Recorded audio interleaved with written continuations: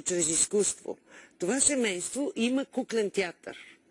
Семейен куклен театър. Моля ви се да ги включим. Мисля, че там виждаме нещо като символ на българския лъв. На българския лев, може би. Да, това точно така, Люба, това е Симба. И сега Симба, нека да поздравим всички зрители. Здравейте, да. Нека да поздравим сега всички гости при теб, Люба. Симба, хайде с другата ръчичка всички телевизионни зрители. И тук моите гости в залата. Поздравяваме ги, браво! Страхотен си, Симба. Хайде сега, долу. Искаше ли нещо повече? Симба, казах долу. Хайде, виж. Симба, долу. Никой не ме слуша днес. Я чакай сега. Симба, бързо. Хайде, тук. Така, сега скачаме. Симба. О, не. Симба. Хайде, 3, 4. Але, хоп. Браво. Хоп, браво. Продължаваме ли се? Това е тют. Але, хоп. Давай. Опа, браво. Аплодисменти за Симба. Помагайте, зрители, вие помагайте. Пляскайте. Страхотен си, Симба. Браво. Хайде, давай, горе кръчетата. Чува ли ме някой от зоопарка? 3, 4. Така. Симба. О, не. Симба, горе. 1, 2, 3. Сега. Але. Тук сме, Люба. С това цветно начало. Всъщност искаме да ви покажем едно семейство, което не се е отказало да се занимава с това, което най-много обича и това, което най-добре прави, а именно кукления театър. На гости сме при семейство в Велинови, квартал Дружба. Това са хората, които през 1995 година преживяват онази местна българска криза, за да стигнат до днес, когато се оправят доста добре и в световната финансова криза. Благодарим ви, госпожо Велинова. И аз благодаря, Симба. Това е колегата Георги Налбантов, който е на прякото ни включване от квартал Дружба. Опишете ми първо къде се намира този куклен театър. В квартал Дружба 2 се намираме. До Фантастико се намираме. 302 блок. Това са няколко помещения, които са съединени и направени от Веско Мезеклиев, един мой колега, който е страхотен. Виждате го, той е най-добрият майстор между артистите. Всичко това е направил с ръцете си. Ние само му помогнахме да направихме някои неща. Поднаем ли сте? Те не виждат всичко, което ние успяхме да видим. Това е най-добрият апартамент, превърнат в театър, и най-добрият театър, който всъщност е направен, за да бъде апартамент. Обаче искам да ви върна в темата, която така или иначе е част от разговора в студиото. Разкажете ми как започна всичко, трудната 95-та, за да се стигне до нелеката 2012-та. Тогава всъщност започвате първо в Плевен, доколкото ми е известно. Да, точно така. Театърът ни, частният театър започна в Плевен. Искам да ви кажа, че за нас, артистите, винаги е било трудно. Тоест, независимо коя година, винаги сме в криза, винаги за нас е криза, така че ние решихме, че няма да се откажем и започнахме да се занимаваме последния начин, след като свършихме с Държавния театър. Първото нещо, което беше да се реже дюшека на моето дете на 2, той беше отдонапрен, и да направя от половината част кукли, главичките на куклите. Това е Мечо-Пух, нали? Това е Мечо-Пух, с дрежките на най-малкото дете, което беше на 2 годинки, да направя, да дооблека всичките тези кукли, за да станат те наистина пригодни за сцената. Много приятели имаме и това е хубаво, защото много ни помага. Успявате ли да се издържате с работата на вашия театър, Роси? Успявате ли? Как успявате? Да. Успяваме с много работа, с много труд, но на никого не е лесно.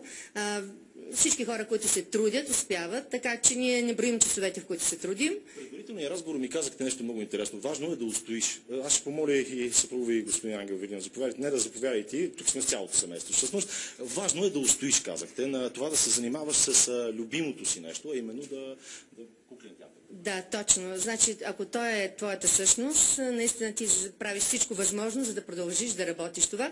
Даже понякога не се замисляш дали ще успееш или не. Просто целта е една и ти я следваш. Успяваме да се издържаме, щом всички са живи и здрави. Още един член на семейството ни липсва, Кирил Велинов, също другият ми син. Така че, щом сме отгледали с... Да, искам да кажа, това е Семейен бизнес, да, но освен това децата ми се занимават и с друго. Синът ми големият има рок-група, другият ми син се занимава с... Сега и него. Вие казахте, господин Виденов, преди малко, че сте били в началото директори на този театър, но сега вече съпругата ви взел тези функции. Всъщност, 95-та година вие сте директор на Кукления театър в Плевен, нали така? Да, това е периода, в който стана голямото съкращение на куклени театри и не само на куклени, и на драматични в България, по времето на министър Елка Константинова, и ние за добро или за лошо се оказахме почти на улицата и тогава дойде идеята. Сега да кажете ми формулата на вашия успех, моля Георги да ме чуете. България, в който да не сме играли. Имаме 4 минути от връзката. Имаме само 4 минути от тази сателитна връзка. Искам да попитам Ангел, каква е формулата да се устоява сега? Каква е формулата, освен многото работа? Формулата да се устоява в днешно време, за да правите това, което най-много харесва. Освен многото работа. Ами инат, голям инат. Ние от никого не искаме пари, не търсим спонсори, не разчитаме на Министерство на културата или на който иде, как включително и на Столична община. Успяваме. Не знам дали с воля, дали инат се каза, не знае, но успяваме. Вече 17 години точно се занимаваме само с кризата. Това. Имаме достатъчно публика. Района е, така да се каже, една пазарна свободна ниша и ние успяхме да я заемем тая ниша. Удобно е на съкварталците да идват тук на театър. Значи ето точно това исках да попитам, Георги, дали са търсили някакъв вариант за ниша. Сега ги питам, семейство Велинови. Имате ли въпроси към бившия вице-премиер Валентин Карабашев и към бившия вице-премиер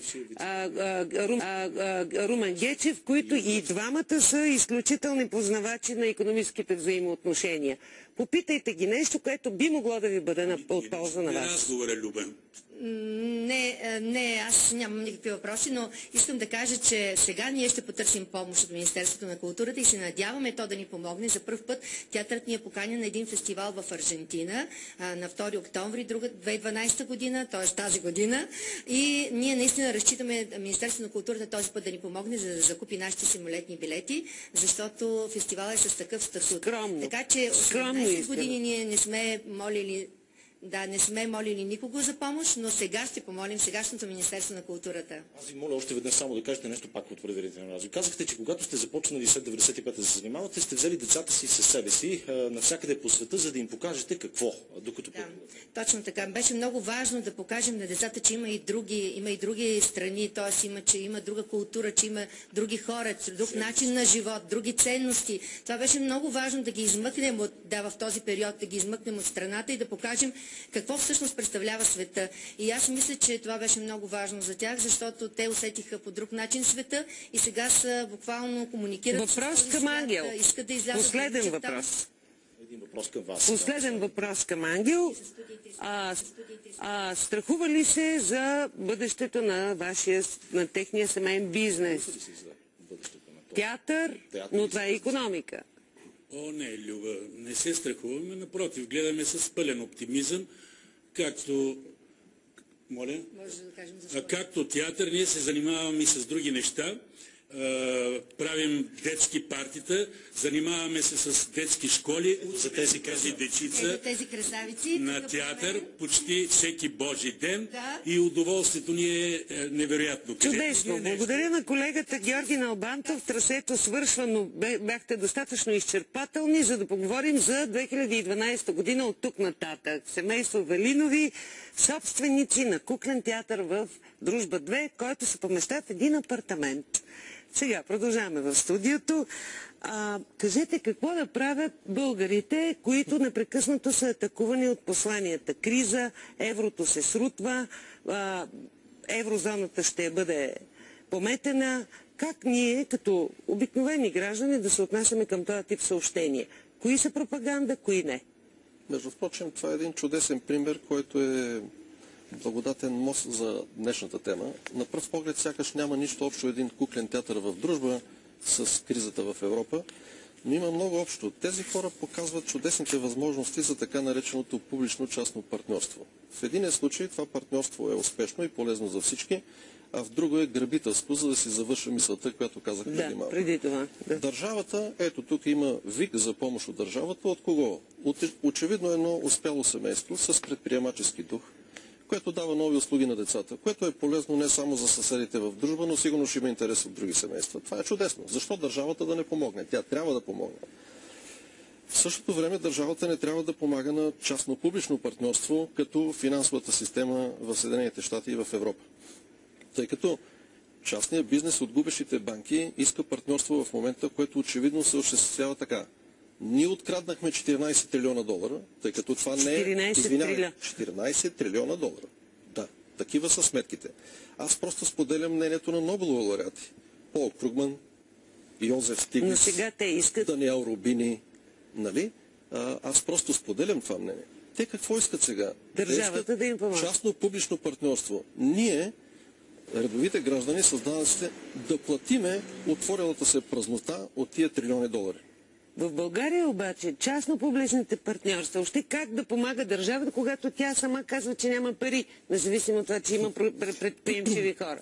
Първо бих поздравил това семейство с тяхната предприемчивост, с това, че са устояли на всички проблеми. Днес в България се прави трудно малък и среден бизнес. Те очевидно са намерили необходимата ниша. Ниша ли е магическата дума? Ниша е магическата дума. В свободната пазарна икономика трябва да се ориентираш правилно. Ако не се ориентираш правилно, не постигаш добри резултати. Да, но колко е интересно. Но техният бизнес, да го наречем, или дейност е по-особена.